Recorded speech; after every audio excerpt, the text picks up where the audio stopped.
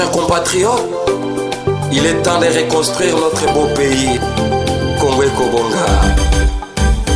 Kongwe Kobonga, Kongwe Kokende Liboso. Ne demande pas ce que ton pays peut faire pour toi. Demande ce que tu peux faire pour ton pays. Mes chers frères et sœurs qui croyez en Dieu, nous venons vous encourager à mettre Dieu au centre de notre vie. L'homme a naturellement les sentiments religieux. Il croit qu'il doit y avoir un être supérieur en qui il doit trouver la sécurité et le bien-être. La solution à cette maladie, comme les grands de ce monde l'ont prouvé, ne peut venir que de Dieu. Donc, cette pandémie ne peut jamais nous laisser, nous, Congolais, insensibles. C'est pourquoi, mesdames et messieurs, chers compatriotes, je viens par cette vidéo vous dire que la pandémie du coronavirus secoue, certes, le plan du gouvernement. Elle plonge surtout l'économie au-delà de la récession qui guette en état d'urgence absolue.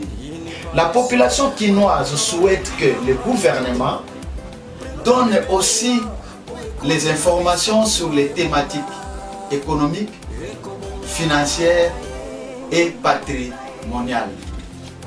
Parler d'un plan de prise en charge serait plus responsable de leur part.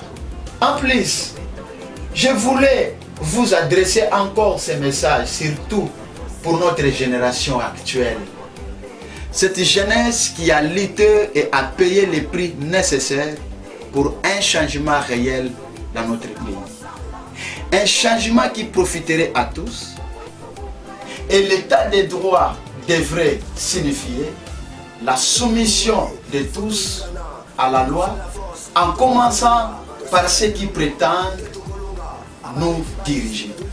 Chers frères et sœurs, nous pensons que nous devrions éviter la victimisation, le fanatisme, le sentimental ainsi que l'émotion, mais plutôt lutter pour l'état des droits.